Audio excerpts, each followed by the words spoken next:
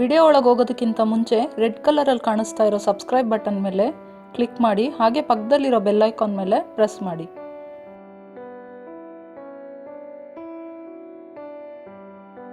Hi, ಎಲ್ಲರಿಗೂ ನಮಸ್ಕಾರ. ಕರ್ನಾಟಕ ರುಚಿ ಚಾನಲ್ಗೆ ಎಲ್ಲರಿಗೂ ಸ್ವಾಗತ. ನಾನಿವತ್ತು ಮೊಟ್ಟೆ ಸಾರು ಮಾಡೋದು ತೋರಿಸ್ತಾ ಇದ್ದೀನಿ. ಗ್ರೀನ್ ಕಲರಲ್ಲಿ ಬರುತ್ತೆ ಗ್ರೇವಿ ಇದು. ನಾನು ಆಲ್ರೆಡಿ ಒಂದು ಎಗ್ ಕರಿ ಮಾಡೋದು ತೋರಿಸಿದ್ದೀನಿ. ಇದು ಗ್ರೀನ್ ಗ್ರೇವಿ ಮಾಡೋದು ತೋರಿಸ್ತಾ ಇದ್ದೀನಿ. ಇದಕ್ಕೆ ಬಟಾಣಿ ಬಳಸ್ಕೊಂಡು ಮಾಡ್ತಾ ಇದ್ದೀನಿ. ಆ ಕರಿನೂ ಈ ಕರಿನೂ ಎರಡು ಡಿಫ್ರೆಂಟ್ ಅಲ್ಲಿರುತ್ತೆ. ನೋಡಿ, ಇದಕ್ಕೆ 1 ಕಪ್ನಷ್ಟು ಬಟಾಣಿ ತೊಗೊಂಡಿದ್ದೀನಿ, ಹಸಿ ಬಟಾಣಿ. ಒಂದು 7 ಮೊಟ್ಟೆ ತೊಗೊಂಡಿದ್ದೀನಿ. ಕೊತ್ತಂಬರಿ ಸೊಪ್ಪು, ಹಸಿಮೆಣಸಿನ್ಕಾಯಿ. ಕೊತ್ತಂಬರಿ ಸೊಪ್ಪು ಸ್ವಲ್ಪ ಜಾಸ್ತಿ ತೊಗೊಳ್ಳಿ, ಯಾಕೆಂದರೆ ಇದು ಗ್ರೀನ್ ಕಲರ್ ಸಾರಾಗಿರೋದ್ರಿಂದ ಸ್ವಲ್ಪ ಕೊತ್ತಂಬರಿ ಸೊಪ್ಪು ಜಾಸ್ತಿ ಹಾಕ್ಕೊಂಡ್ರೆ ಕಲರ್ ಗ್ರೀನಲ್ಲಿ ಬರುತ್ತೆ. ಹಸಿರು ಮೆಣಸಿನ್ಕಾಯಿ ನಿಮ್ಗೆ ಖಾರಕ್ಕೆ ತಕ್ಕಂತೆ ತೊಗೊಳ್ಳಿ. 1 ಟೊಮೆಟೊ ತೊಗೊಂಡಿದ್ದೀನಿ. 1 ಈರುಳ್ಳಿ ತೊಗೊಂಡಿದ್ದೀನಿ. ಒಂದು ಸ್ವಲ್ಪ ತೆಂಗಿನಕಾಯಿನ ಕಟ್ ಮಾಡಿ ಇಟ್ಕೊಂಡಿದ್ದೀನಿ. 1 ಸ್ಪೂನ್ ಧನಿಯಾ ಪುಡಿ, ಅರ್ಧ ಸ್ಪೂನ್ನಷ್ಟು ಅರಿಶಿನ ಪುಡಿ ತೊಗೊಂಡಿದ್ದೀನಿ. ಶುಂಠಿ ಬೆಳ್ಳುಳ್ಳಿ ತೊಗೊಂಡಿದ್ದೀನಿ. ಬೆಳ್ಳುಳ್ಳಿಗೆ ಅರ್ಧದಷ್ಟು ಶುಂಠಿ ತೊಗೊಳ್ಳಿ.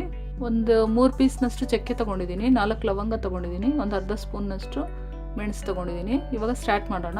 ಸ್ಟಾರ್ಟ್ ಮಾಡೋದಕ್ಕಿಂತ ಮುಂಚೆ ನೀವು ನನ್ನ ಚಾನಲ್ ಸಬ್ಸ್ಕ್ರೈಬ್ ಮಾಡಿಲ್ಲ ಅಂತಂದರೆ ಸಬ್ಸ್ಕ್ರೈಬ್ ಮಾಡಿಬಿಡಿ. ನೀವು ಸಬ್ಸ್ಕ್ರೈಬ್ ಬಟನ್ ಪ್ರೆಸ್ ಮಾಡಿದ್ಮೇಲೆ ಪಕ್ಕದಲ್ಲಿ ಒಂದು ಬೆಲ್ ಬಟನ್ ಕಾಣುತ್ತೆ, ಆ ಬಟನ್ ಮೇಲೆ ಕ್ಲಿಕ್ ಮಾಡಿಬಿಡಿ. ನಾನೊಂದು ಬಾಣಲಿ ಇಟ್ಕೊಂಡಿದ್ದೀನಿ. ಒಂದು ಬಾಣಲಿಗೆ 1 ಸ್ಪೂನಷ್ಟು ಎಣ್ಣೆ ಹಾಕ್ಕೊಂಡಿದ್ದೀನಿ. ಅದಕ್ಕೆ ನಾವು ಇದನ್ನೆಲ್ಲ ಹುರ್ಕೊಬೇಕು, ಈ ಮಸಾಲೆನೆಲ್ಲ. ಶುಂಠಿ, ಬೆಳ್ಳುಳ್ಳಿ, ಚಕ್ಕೆ, ಲವಂಗ, ಮೆಣಸು, ಈರುಳ್ಳಿ, ಹಸಿಮೆಣಸಿನ್ಕಾಯಿ ಇದೆಲ್ಲ ಚೆನ್ನಾಗಿ ಫ್ರೈ ಆಗಲಿ. ಕಟ್ ಮಾಡಿ ಇಟ್ಕೊಂಡಿರೋ ತೆಂಗಿನಕಾಯಿ ಹಾಕ್ಕೊಂಡಿದ್ದೀನಿ. ನೋಡಿ, ಇಷ್ಟು ಫ್ರೈ ಆದರೆ ಸಾಕು. ಇವಾಗ ನಾನು ಸ್ಟವ್ ಆಫ್ ಮಾಡ್ಕೊಳ್ತೀನಿ. ಸ್ಟವ್ ಆಫ್ ಮಾಡಿಕೊಂಡು ಇದು ತಣ್ಣಗಾದ್ಮೇಲೆ ನಾವು ಇದನ್ನು ಮಿಕ್ಸಿ ಮಾಡ್ಕೋಬೇಕು. ಕೊತ್ತಂಬರಿ ಸೊಪ್ಪು ಮತ್ತು ಟೊಮೆಟೊನ ಹಾಕ್ಕೊಂಡಿದ್ದೀನಿ. ನಾವು ಫ್ರೈ ಮಾಡ್ಕೊಂಡ್ವಲ್ಲ, ಇದನ್ನೆಲ್ಲ ಹಾಕ್ಕೊಳ್ಳೋಣ. ಇದನ್ನೆಲ್ಲ ಸ್ವಲ್ಪ ನೀರು ಹಾಕ್ಬಿಟ್ಟು ಗ್ರೈಂಡ್ ಮಾಡ್ಕೊಂಡು ಬರ್ತೀನಿ.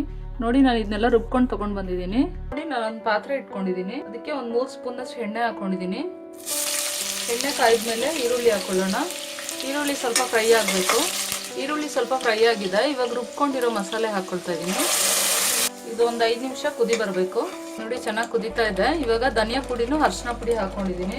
ಇನ್ನೊಂದು 5 ನಿಮಿಷ ಚೆನ್ನಾಗಿ ಕುದಿಲಿ. ಇದು ಮಸಾಲೆ ಎಲ್ಲ ಎಣ್ಣೆಲೆ ಚೆನ್ನಾಗಿ ಫ್ರೈ ಆಗಬೇಕು. ನೋಡಿ, ಇವಾಗ ಚೆನ್ನಾಗಿ ಫ್ರೈ ಆಗಿದೆ ಎಣ್ಣೆಲಿ ಮಸಾಲೆ. ಇವಾಗ ನಾವು ಬಟಾಣಿ ಹಾಕ್ಕೊಳ್ಳೋಣ.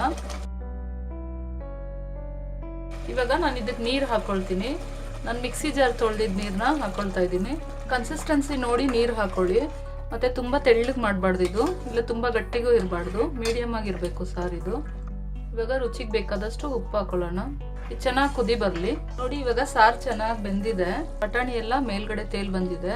ಈ ಥರ ಇಷ್ಟು ಬೆಂದ ಮೇಲೆ ನೋಡಿ, ಇವಾಗ ನಾವು ಮೊಟ್ಟೆ ಒಡೆದು ಹಾಕೊಳ್ಳೋಣ. ಇದಕ್ಕೆ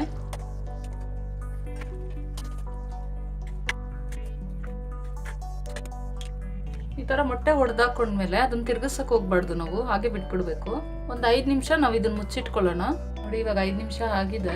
ಇವಾಗ ನಾವು ತಳನ್ ಮಾತ್ರ ಸುಮ್ಮನೆ ಹಿಂಗೆ ಲೂಸ್ ಮಾಡ್ಕೋಬೇಕು. ಇನ್ನೂ ಬೆಂದಿರಲ್ಲ ಮೊಟ್ಟೆ, ಯಾಕೆಂದರೆ ಕಚ್ಕೊಂಡ್ಬಿಡುತ್ತೆ ಅದರಿಂದ. ಮತ್ತೆ ಇನ್ನೊಂದು 5 ನಿಮಿಷ ಮುಚ್ಚಿಟ್ಕೊಳ್ಳೋಣ. ನೋಡಿ, ನಾನು ಮೊಟ್ಟೆ ಹಾಕಿದ್ಮೇಲೆ 10 ನಿಮಿಷ ಬೇಯಿಸ್ಕೊಂಡಿದ್ದೀನಿ. ಮೊಟ್ಟೆ ಎಲ್ಲ ಚೆನ್ನಾಗಿ ಬೆಂದಿದೆ. ಇವಾಗ ನೋಡಿ, ನಾವೆಲ್ಲ ಹಾಕಿರ್ತೀವಿ ಮೊಟ್ಟೆ ಕರೆಕ್ಟಾಗಿ ಅಲ್ಲಿಂದಾನೇ ತೆಗಿಬೇಕು, ಇಲ್ಲಾಂದರೆ ಎಲ್ಲ ಕದ್ರೋಗ್ಬಿಡುತ್ತೆ. ಇದು ತುಂಬ ರುಚಿಯಾಗಿರುತ್ತೆ ಮೊಟ್ಟೆಗಳು. ನೋಡಿ, ಸೂಪರಾಗಿ ಸಾರು ರೆಡಿ ಆಯಿತು. ಇವಾಗ ಸ್ಟವ್ ಆಫ್ ಮಾಡ್ಕೊಳ್ತೀನಿ ನಾನು. ನೋಡಿ, ಸೂಪರಾಗಿ ಮೊಟ್ಟೆ ಕರಿ ರೆಡಿ ಆಯಿತು, ಮೊಟ್ಟೆ ಸಾರು. ಇದು ಚಪಾತಿ, ಪರೋಟ, ಅನ್ನ, ಮುದ್ದೆ ನಿಮ್ಗೆ ಯಾವುದ್ರ ಜೊತೆ ಬೇಕಾದರೂ ಇದು ಚೆನ್ನಾಗಿ ಮ್ಯಾಚ್ ಆಗುತ್ತೆ. ತುಂಬ ಟೇಸ್ಟಿಯಾಗಿರುತ್ತೆ. ಈ ಎಗ್ ಕರಿ ನೀವು ಒಂದ್ಸರಿ ಟ್ರೈ ಮಾಡಿ ನೋಡಿ. ಟ್ರೈ ಮಾಡಿ ನನಗೆ ಕಾಮೆಂಟ್ಸ್ ಮಾಡಿ. ಲೈಕ್ ಬಟನ್ ಮೇಲೆ ಕ್ಲಿಕ್ ಮಾಡಿ, ಸಬ್ಸ್ಕ್ರೈಬ್ ಮಾಡಿ ನನ್ನ ಚಾನಲ್ನ. ಬೆಲ್ ಐಕಾನ್ ಪ್ರೆಸ್ ಮಾಡೋದನ್ನ ಮರಿಬೇಡಿ. ನೀವು ಬೆಲ್ ಐಕಾನ್ ಪ್ರೆಸ್ ಮಾಡೋದ್ರಿಂದ ನಾನು ಮಾಡೋ ಹೊಸ ರೆಸಿಪೀಸ್ ನೋಟಿಫಿಕೇಶನ್ ನಿಮಗೆ ಬರುತ್ತೆ. ನಿಮ್ಮ ಫ್ರೆಂಡ್ಸ್ ಆ್ಯಂಡ್ ರಿಲೇಟಿವ್ಸ್ಗೆ ಶೇರ್ ಮಾಡಿ ಫ್ರೆಂಡ್ಸ್. Thank you.